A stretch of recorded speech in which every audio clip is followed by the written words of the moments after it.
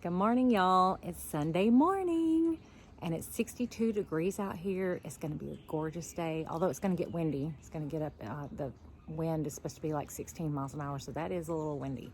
But my name's Rachel. I'm gardening for butterflies and for myself on the Alabama Gulf Coast in Zone 9A. And I've been doing a couple of things in the garden this week, and I'm just going to show you what's been happening. The garden pots in the sitting area are doing pretty well, although I'm waiting on several things to bloom. They're about to pop open, and it looks like I have got Amistad Salvia in at least 3 of them, because this thing is about to bloom, and that's definitely an Amistad Salvia, so that will take over the whole pot. So I'm pinching them back. I'm going to start pinching them back so that won't, but everything else is probably an annual, so kind of it's a good thing. Once everything else dies, I'll at least have that salvia. I was going to show y'all that something is about to bloom, and I'm really excited about it because I don't even know what it's supposed to look like. So there it is. So hopefully sometime this week that thing will open up. But don't you love these little flowers on the Thai basil? The bees love it, the hummingbirds love it, and the purple of the flowers, it's just so lovely. And Thai basil is super easy to grow from seed, like super easy. Oh, I brought my lavender over here so that I can keep a better eye on it. It's still alive and it's growing, and it's giving me a lot of hope. And of course, I'm loving just sniffing it whenever I can. I don't know if that's gonna creep it out or what, but it's making it still, so I'm very thankful. And the little flowers on it are just so pretty. I had to pull some stuff out from the borders. 2 of these white, and this is white Mexican heather right there, and on the other side. I really like Mexican heather. It's got tiny flowers, but the bees, turns out, they love them. It's so surprising to me how much the pollinators love teeny tiny flowers. They seem like a waste of time, but the bees have shown me something different. In fact, the other day I was kind of squatted down looking at something, and a bee came over and started drinking from the blue-eyed grass, which I got a little video of. It was so hilarious because he was huge and he was just dragging the whole flower down. So I can't wait to share that with you. And look over here, this little sunflower that I did not plant. The squirrels planted it. It's peeking around the corner like it's playing peekaboo. That's just so sweet. Here I have my Gertrude Jekyll rose that smells incredible, and even though this is just a teeny little spot of pink, I'm really enjoying the Penta and the coral nymph salvia and the snapdragon and the Gertrude Jekyll rose all together. So when those get bigger, that's going to be a big old chunk of pink, which I'm excited about. And I'm thinking this diamond frost Euphorbia and this verbena just is a perfect combination. I love seeing it all frothy like that together. So that's something that's making me happy.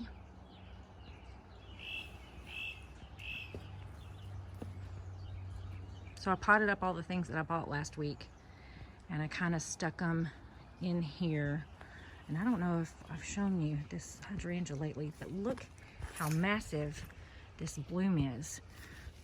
I don't think that it's ever been that huge. Look at that. Is that not crazy? Just lovely. I'm so glad I didn't dig them up and try to put them in the front yard. They probably would not have made it. So thankful for that. And I was going to show you where I put the cleome here. And yeah, now it looks pink. Last week for some reason it looked purple, but it's looking pink to me today. And then I put the dwarf Joe Pye weed here, and I don't think that's going to make it. It's looking really scraggly and looks like something's been chewing on it. Some sort of I think petunia. Look at this agastache though. This one in particular is just glowing. It's magnificent. It's my favorite one. The other ones are kind of slow going, but this one has just been such a standout. Love it. And I don't know if you can hear them, but the hummingbirds are having like a battle in the air right now. I got my stepping stones out to make paths again because we had just several gully washers of storms with so much rain coming down, and they were washing things away. So now I have defined the paths again, and I had these little stones, and I decided I would just kind of outline this random flower bed here, since I've just been plunking things down and not really, so it kind of unifies it a little bit, kind of helps to bring all the random things together. But I've got to, with these stones, I need to kind of like dig out and level them and then put mulch around them, because right now they're kind of dangerous because I've been teetering on them. I want to show y'all, and I did video it earlier in the week, but it looks even better right now, so got to show it to you right now. But look at this combination of the Queen of Sweden rose with the coral nymph salvia and the dusty miller, and then the black narcissus dahlias. Oh, gotta get in closer. Let me get on this other side. Yeah, this is my favorite direction to look at this. Is that not just, ooh, the colors, and it's just the textures and the colors, it's just phenomenal. And y'all, Queen of Sweden, she doesn't smell good, but look how pretty she is. She's just so perfect. You know, I can forgive her for not smelling good. I'm gonna have to. I repotted this rosemary into a bigger pot, and this is the rosemary that I dug out of the front yard that was kind of in the shade, and when I pulled it up, it didn't, all the dirt came away from it, and I wasn't sure if it was gonna make it or not, and it did. And I have a little video of how pathetic it looked before. I'm gonna add it so you can see, but I'm so thankful that it just really wants to live here, and it smells incredible.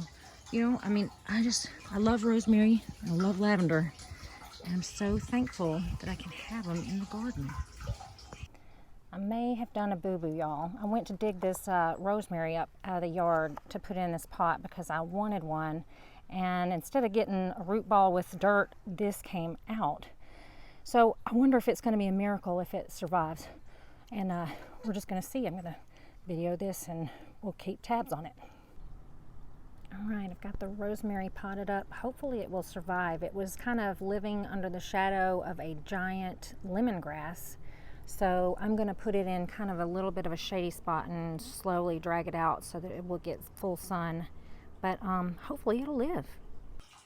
And you know, I have to come back and say, maybe I pronounced judgment on this Gomphrena too quickly. Maybe I should have waited until it had all bloomed like this, because it doesn't stink. This is the kind that I started from seed, and it's kind of fun. I'm liking it now that it's filled in. So maybe I will grow that again. So see how lovely this coral nymph salvia is? And I've kind of left it and another one to show you how you can renew them so that they'll stay blooming. So I want to zoom in on this one. It's super easy. You want to, when things are like brown like this, you just come in and pop them off. You don't even need to use your fingernail and mess it up, but a lot of times I forget and I do that, and my thumbnail turns brown and it's gross. But just come in here, let me see. You see right there, you just pop that off like that, and you can save these and save the seed, and you'll have a jillion of them, and then you can share them with everybody, and then we can just have coral nymph salvia across the whole nation or world, really. And even though, you know, the armadillo is likely to dig it up, sometimes I'll just go and I'll just crumble this just on bare spots in the yard and just hope that maybe things, you know, coral nymph salvia will grow up. And I do have, you know, quite a few of them, and some of them make it. Some of them don't get dug up by the armadillo. There's an example of one that's growing in the ground, coral nymph salvia, that has kind of been messed up by the armadillo, but it's still hanging on. I know I've told y'all about this native petunia before, and I've shown you hummingbirds drinking from it, and this is it right here. This one is growing in the ground, and I think I've had it for, well, maybe this is the second year it's been growing, but it looks like it's about 3 feet tall. I didn't even know they could get that big, but they grow very easily from seed, and hummingbirds like them, and butterflies like them, and they bloom every day, and they just got a really cool and weird kind of Dr. Seuss look to them.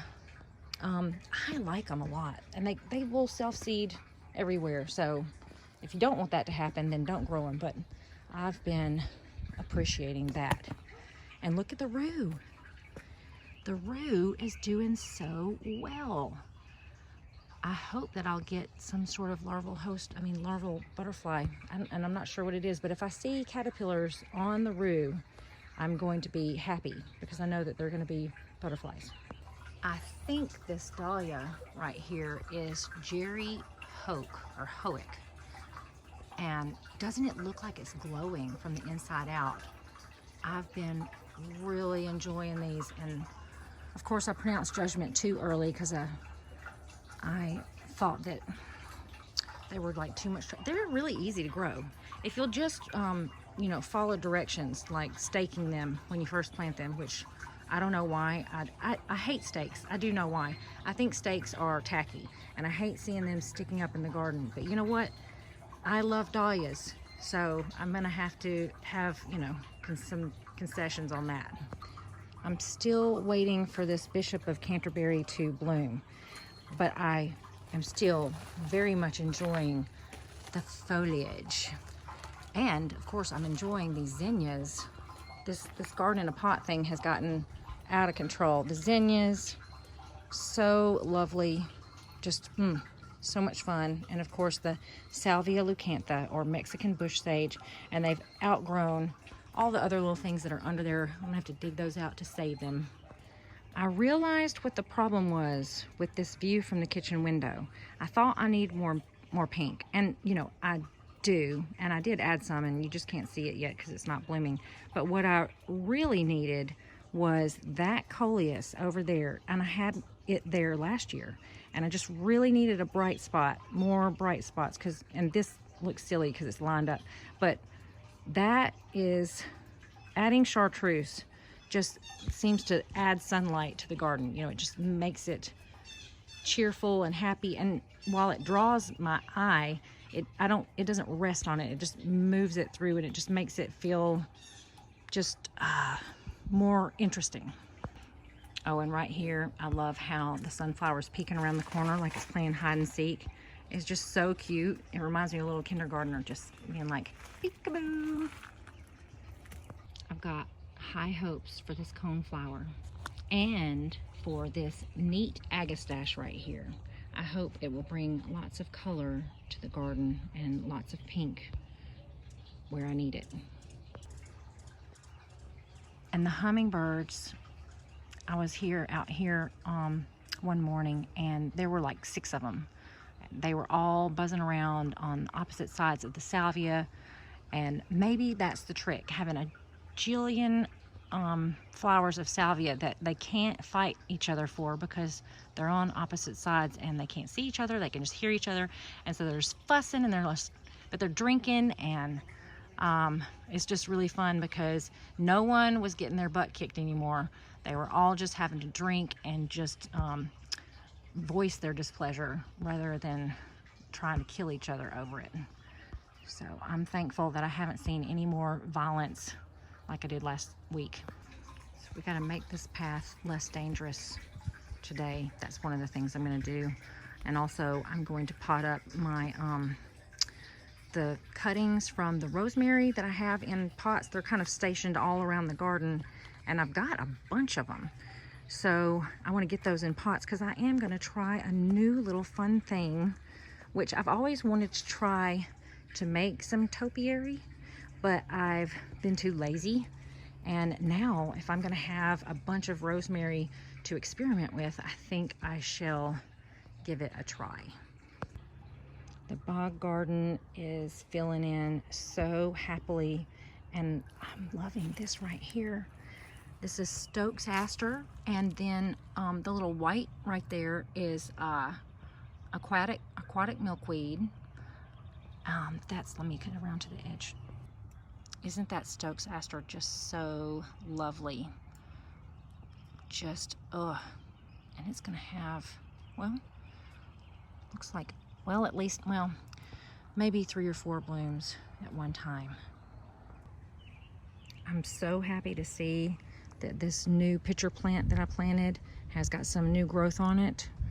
So it's taken to it, and this older pitcher plant that I've had for a while has got some growth, and it's starting to really look like a pitcher right there.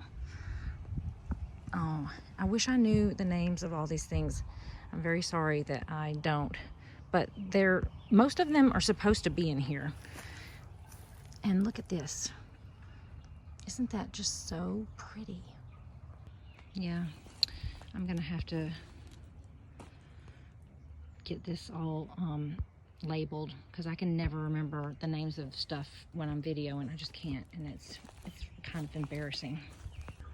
Back here, kind of behind the garden where the lemon tree used to be, is where I'm keeping my little potted up stuff that I haven't been able to put in big pots yet. And you can see everything's been blasted with dirt being splashed on it from that amazing showers, all those amazing showers that we've had this week. But I am loving these Texas bluebonnets. I'm sorry I called them the wrong thing last week, but aren't they just coming up so grandly? I'm gonna get special pots for them, because I'm gonna keep them, try to see if I can keep them all winter. I mean, I hope I can. But here is the back side of the garden. This is where a lot of the hummingbird action happens, actually. I was coming over here to show you this kale and how awesome it is, and I found, you know, this leaf that looked bad, and look, it's got a snail on it. I'm wondering if a lot of damage that I'm attributing to armyworms also is from snails. But don't you love just the design of this kale? It kind of reminds me of, maybe it's those plumes of feathers that, I don't know if it was the Romans that had them on their hats. I don't know who it was, but it just has a really antiquitan, I can't say the word. Anyway, that kind of look to it. And I just love it kind of interspersed through the garden. Maybe the word that I was looking for was antiquated. But anyway, the color and the texture is just fun. It adds, you know, just a little bit of a weird, off-kilter kind of thing to it. So my eastern black swallowtail caterpillar has turned into a chrysalis. And look, he's not attached very well to this. Another thing that happened is I should have put a stick in here in the container for him to make his chrysalis on, because here's the problem with him putting it on something that's, you know, not gonna last. He could come out in 2 weeks, or it may be a whole year before he comes out. And this little stick is, I mean, I'll dry it and put it somewhere, and he's not attached very well either, which is not a good thing. So I'm hoping that when he does emerge, that he'll be able to hang well enough and dry out well enough to be able to fly away. But look at the beautiful pattern on him. I just think it's so cool that they can turn into a chrysalis that is the same kind of color as whatever they're attached to, if it's like a stick or if it's something green. I've seen them run the gamut from bright green to darkish green to brown to grayish. It's very interesting. I mean, how do they know? How do they know what color to turn? It's amazing. I'm also going to show you how he attached himself there. He's supposed to be attached from, oops, no, right there. Oh, now you get to see, yeah, like that. So he didn't do a good job.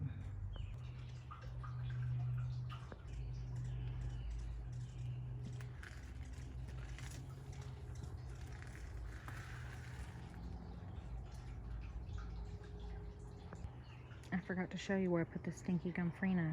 plants right here on either side of this verbena, and this some kind of snow euphorbia. Can't remember the name of it, but yeah, it's fun. It's diamond snow euphorbia, and look how it's doing this weird thing where it's kind of growing out the top. I'm guessing that's gonna have flowers on it. I think it will, but yeah, I do love that. Like, I love euphorbia. I need more of it. I don't think I'm ever gonna have enough. I'm so thankful that all I have to do is like put plants in pots and then water them sometimes, and God does the rest. He takes care of them, because man, it's funny, Jesus said, you know, we can't even add an hour to our own lives. You know, why worry about it? You know, so why worry about these plants? They're gonna either live or gonna die. I mean, we all are coming to that point. So that's very freeing for me to just be like, you know what, God, you can take care of this. The bog garden is where I saw that dirt dauber coming to gather mud to make his little dirt daub place where he lays the eggs, and it was in this little section right here. There's a little cutout section, and I'm going to show you him gathering the dirt and flying away with it.